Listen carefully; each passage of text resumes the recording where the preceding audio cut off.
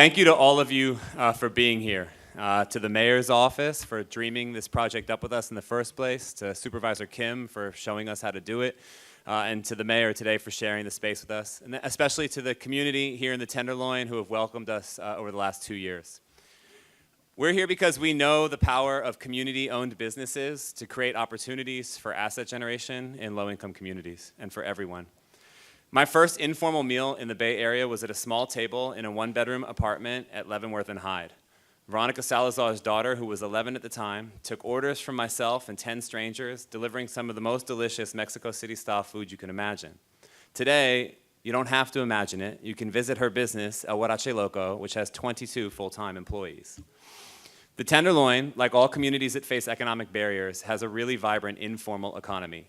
We've worked with Tenderloin business owners and low-income women entrepreneurs from across the Bay for 13 years now at La Cocina. El Huarache Loco has won awards, and she's seeking her second restaurant location here in San Francisco. Maria Vasquez and Luis Vasquez sold Cocina Pibil out of their Eddy Street apartment, and now his baking powers Ream's Food and Wine Best Restaurant award-winning bakery. There are Arab mothers that cook in SROs for each other in this neighborhood. There are sidewalk barbecues nearly every day if you know where to look, and the best tacos in the Bay Area that Guadalupe is going to tell you a little bit later. The Tenderloin, in its vibrancy, in its innovation, in its striving and the support networks, represents not just the soul of this city, but a metaphor for all cities. And the organizations that are already here, offering shelter, ensuring sustenance to all, advocating for healthier food, creating safe public spaces, organizing community residents, have even further inspired us in the work that we do at La Cocina. This project aims to celebrate all of that. It's a public space fueled by women entrepreneurs and focused on equitable and inclusive placemaking and economic opportunity. I saw an interview with Mayor Breed the other day where she noted that some of her favorite places to eat were places like Eddie's Cafe and Pancho Villa among them. Good choices.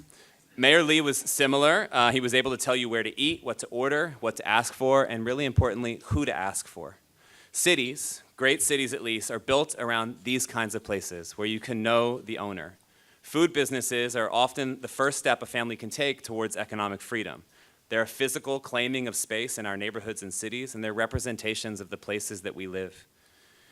When we've run up against roadblocks in the 2 years that we've been considering this project, we've been made to wonder if we, La Cocina, can't do this with our resources, our knowledge, our social and monetary capital, what chance would a less equipped business owner have in this economy?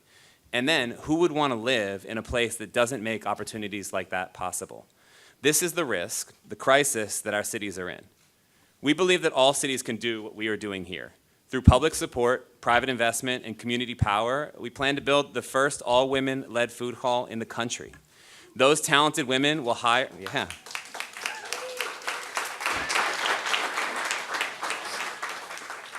Those talented women will hire and create pathways to wealth while serving the communities that raised them and creating a space where everyone is welcome.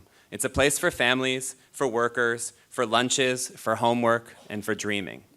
We ask you today to imagine what that place could be while you're in this space, what this space could mean to a community. But also, you have to imagine what it might mean for places like that not to exist anymore. Imagine a city without those dreamers, without those foods. We are so excited to show you how possible a better city is. Thank you for believing in us and being here today. Thank you to Supervisor Kim, and a really special thank you to Mayor Breed, who joins us today.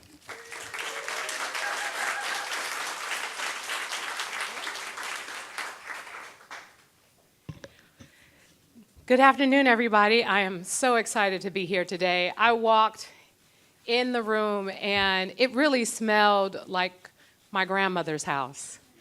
Now, my grandmother was a great cook, and people who I grew up with right down the street on Eddy and Laguna always knew that during certain times of the year, they can come to my house to buy things. My grandmother made the best tamales. She made incredible, incredible gumbo. Now, some of you may not know what hog head cheese is, but she would make hog head cheese. She made all these great things, and she made them oftentimes with a lot of the free food that we receive from the government. She could make the best macaroni and cheese out of the free cheese. Some of you know exactly what I'm talking about. And part of our ability, really, to survive in our environment had a lot to do, with my grandmother being an entrepreneur in public housing, where she offered up what she was able to do. And what an incredible thing to do here today, to give so many amazing women, especially the support that this provides to minority women and women of our immigrant community who are looking for an opportunity to support their families with their talents, with their amazing food. And it means a lot that so many of you here today have worked to make something like this possible, to take a space that is going to be used for even more good when we are able to invest the necessary dollars for our much-needed affordable housing here. To use it in this capacity is going to make this an incredible space full of excitement, full of love, and yes, full of great food. So I just wanted to stop by and say congratulations for your efforts. Thank you, Caleb and Supervisor Kim, for your leadership and having the foresight to see a vision where you could make something like this possible. And also, thank you for being one of the few events that I'm able to attend where there is food. Because food is, I think, something that brings so many people together. I was actually at Glide yesterday, and someone who remembered me, she used to babysit me, and she said that my grandmother used to feed her as a way to pay her to babysit us when we were kids. I mean, I didn't remember her, but clearly she knew my grandmother, Miss Brown, my Aunt Mickey, my Mama Priscilla. She knew everyone. But food is something, like I said, it brings people together. It makes people happy. And what an incredible way to share your talents with the world and also make a lot of San Franciscans happy. Thank you all so much for being here, and please support these businesses when you see them out and about, get to know them, and use them for catering opportunities. What a great way to support businesses. Then here's a way to use them for ways in which they could actually benefit people throughout San Francisco, and I'm looking forward to seeing this place come to life. So they are also, I know, looking for more donations. I know this is a partnership with a city, but we are definitely looking for more donations to make this dream for so many incredible women a reality. And thank you all for being here today. And with that, I'd like to take this opportunity to introduce the supervisor for this district, Supervisor Jane Kim.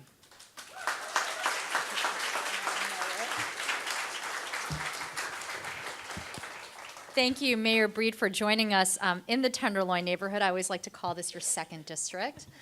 But it really is so great to be here today. 101 Hyde has always been a special place for our residents because so many of our residents live in single-room occupancy hotels where they don't have access to mail. And in fact, it was the residents and activists here that led the fight against the U.S. Postal Office demanding mail service in our SRO hotels, which they ultimately did not comply with. This was a space where people could get their checks, be connected to the world, and when the post office shut this site down with federal budget cuts, it was a huge loss for our community. And when we learned that it was sold to build market rate housing, I think that was one of the more depressing news and updates that we had heard in this neighborhood. But for whatever reason, when the developer wasn't able to build, and we were negotiating with 1066 Market, and I want to acknowledge Shorenstein, who was a part of making this happen, Market Street for the Masses, which included Tenderloin Housing Clinic, Central City SRO Collaborative, La Voz Latina, Hospitality House, Tenderloin Neighborhood Development Corporation said, you know what? We really need affordable housing that our residents can afford, and they often can't afford the market rate, the inclusionary housing in the market rate buildings. How about you help us with land acquisition in the Tenderloin so we can build housing that our residents can afford? And through that negotiation with many people that were here in the room over the course of those weeks, we negotiated a deal where Shorenstein agreed to buy this property so we could dedicate it for 100% affordable housing.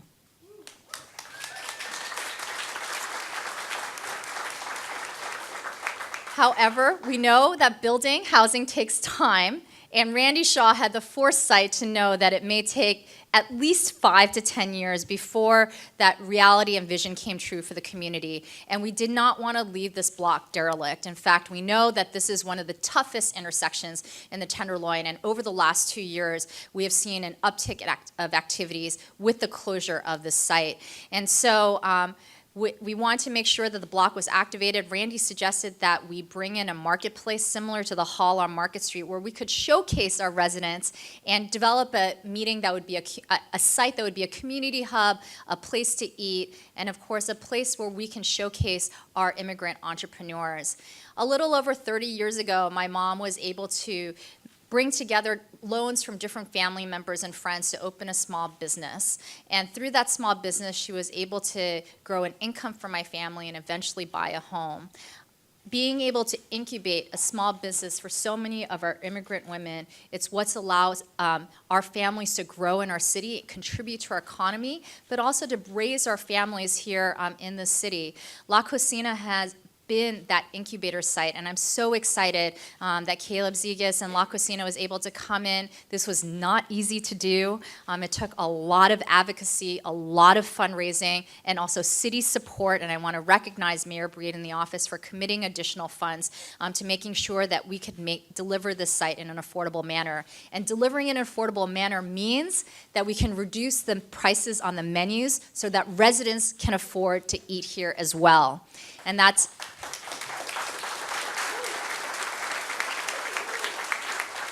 is a commitment that La Cocina and the city has made to make this an affordable site so that all of our residents can enjoy food here every single day. So I want to thank so many of the partners that were involved. I'm so excited to come here to eat and try different entrepreneurs from the Tenderloin neighborhood who are going to be able to show off their skills. By the way, 201 Turk has a mean cooking competition. If you ever want to come to its annual cooking contest, I think many of us would not be able to stand up to the chefs that this neighborhood has, and we're all excited for its opening. Thank you to everyone involved.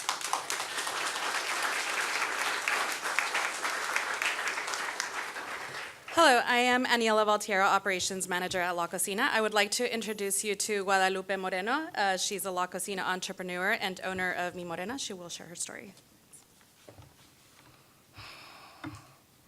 Hola, mi nombre es Guadalupe Moreno y les quiero dar la bienvenida al vecindario. Yo he vivido aquí en el Tenderloin los últimos 18 años, solo a media cuadra de aquí, en el callejón Dodge. Vivimos allí, yo, mi esposo y mis 3 hijos. Cuando llegamos de México, escogimos este vecindario, porque las rentas estaban razonables y porque aquí vivía nuestra familia. Nos venimos a esta zona porque la hermana de mi esposo, Verónica, también vive por aquí. Ella empezó su negocio, el Guarache Loco, en la cocina, y yo trabajé con ella por 5 años. Ahora yo empiezo mi propio negocio en la cocina, se llama Mi Morena, y yo ofrezco tacos de guisado, al estilo de la Ciudad de México. Me encanta cocinar y compartir un poco de mi cultura mexicana con la gente. Para mí es importante hacer tortillas a mano y hacer los mejores tacos.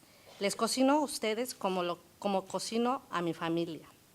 Vendemos en el Mercado de la Misión los jueves y me emociona mucho pensar que el año que entra, aquí en este viejo correo, podremos enseñarles a nuestro vecindario nuestra comida. Creo que va a ser algo muy bueno para esta zona, tener un espacio en donde podamos venir con nuestras familias a comer o a cenar y poco disfrutar juntos. No tenemos espacio así y este proyecto va a ser muy importante para la familia. Muchas gracias por esta oportunidad que me ha dado la cocina y la ciudad de San Francisco. Para mí como residente, como emprendedora y como mujer inmigrante, aprecio mucho su apoyo. Gracias. I am now going to be translating that for Guadalupe, if you can stay up here. Hello, my name is Guadalupe Moreno, and I want to welcome you to my neighborhood. I've lived in the Tenderloin for the past 18 years, just half a block from here in Dodge Alley. I live there with my husband and 3 kids. When we arrived in Mexico, we picked this neighborhood because the rents were reasonable and because the rest of my family lived here. We came to this area because my husband's sister, Verónica Salazar, also lives around here. She started her business, El Guarache Loco, at La Cocina, and I worked with her for 5 years. Now I'm starting my own business at La Cocina. It's called Mi Morena, and I offer Mexico City-style tacos de guisado. I love cooking and sharing my Mexican culture with people. I make my tortillas by hand, and I make the best tacos. I cook for you like I cooked for my family. We sell at the Mission Community Market on Thursdays, and I'm really excited to think that next year in this old post office, we could share our food to our neighborhood.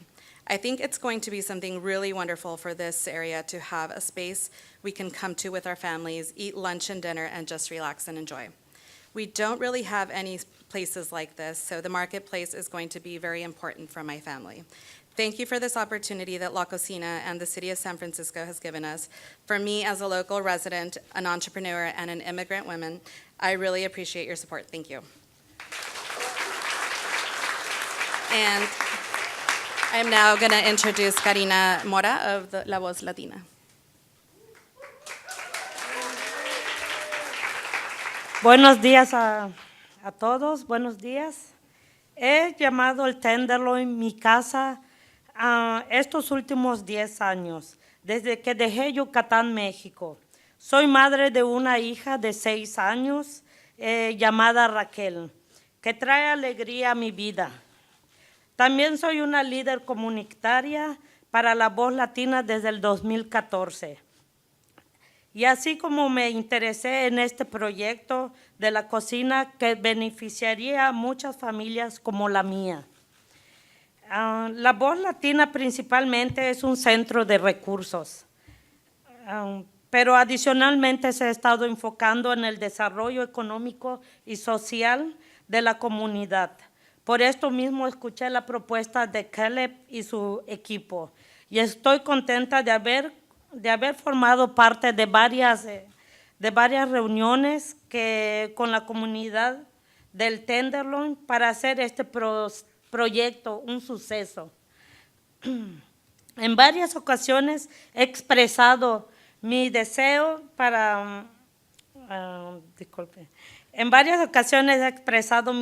del cambio radical en esta cuadra de la calle Hyde. Y lo vuelvo a repetir. Nuestras familias y vecinos conocen de la inseguridad que existe en esta área de la calle Tenderloin, Hyde, por el crimen organizado que existe. Es tiempo de que la calle 101 sea conocida por su comida deliciosa y económica también, y no solo por la venta de drogas. Mi nombre es Karina Mora y les quiero dar una cálida bienvenida a la cocina, que son nuestros nuevos vecinos. Gracias.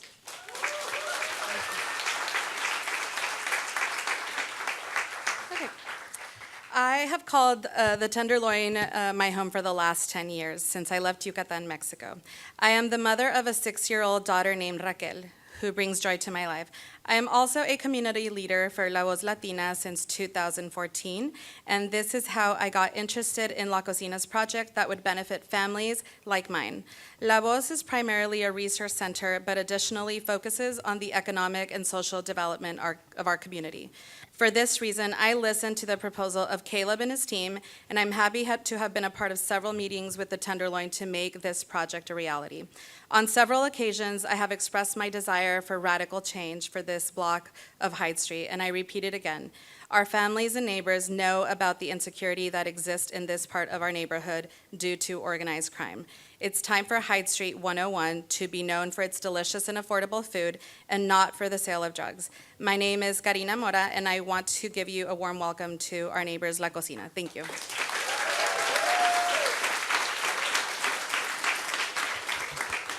Karen Taylor from Central City Collaborative. Thank you. Hello, everyone. My name's Karen. I'm very happy to be here. I have been a resident of the Tenderloin neighborhood since 2005. This neighborhood is underserved. There are 11 stores within a 3-block radius of where I live, where you can purchase cigarettes, liquor, cheap candy, and lottery tickets. There are no grocery stores. If you want a Safeway or a Target, you have to take a bus. If you would like the more economical options, Food Co., Food for Less, you have to ride that bus even further. The addition of La Cocina is filling a vital need in the Tenderloin for fresh, nutritious food at reasonable prices. La Cocina does bring additional benefits to this neighborhood, in addition to the delicious food. A once derelict corner gets revitalized. A spot where crime, drugs, and blight flourish becomes an oasis where people can gather and have a good time. The people who work hard to make this happen, neighborhood organizations, residents, entrepreneurs, get a victory, and well done, I might say. Much needed investment, another area where this neighborhood is underserved, is brought here so that people who live in this neighborhood can have opportunities here where they improve their circumstances, where they serve this community and provide things that we need, and where they build their futures, right where they live. The quality of life in this neighborhood improves with the addition of the La Cocina Marketplace. Seniors, disabled people, children, young people, old people, all get benefits out of this. People who can't travel far can come closer to home for healthy options for nutrition. People in our neighborhood that struggle with illness now have a closer source of a vital resource for staying healthy, good food. Parents that work long and hard hours to keep their families housed in the TL will have closer options now for feeding those families. So, this is a wonderful project, and it is a welcome addition to the Tenderloin neighborhood. Long live the Market Cocina. Thank you.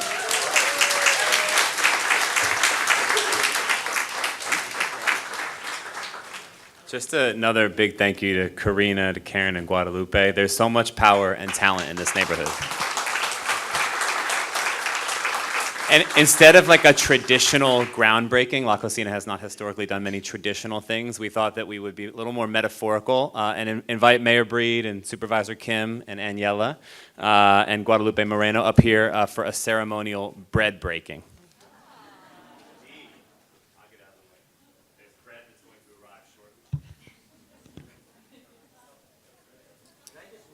Fresh La Cocina baked bread. Joaquin really deserved, he was not acknowledged, but without Joaquin's support, this doesn't happen. I haven't gotten to my thank you, so shout out to Brandon. I just have to.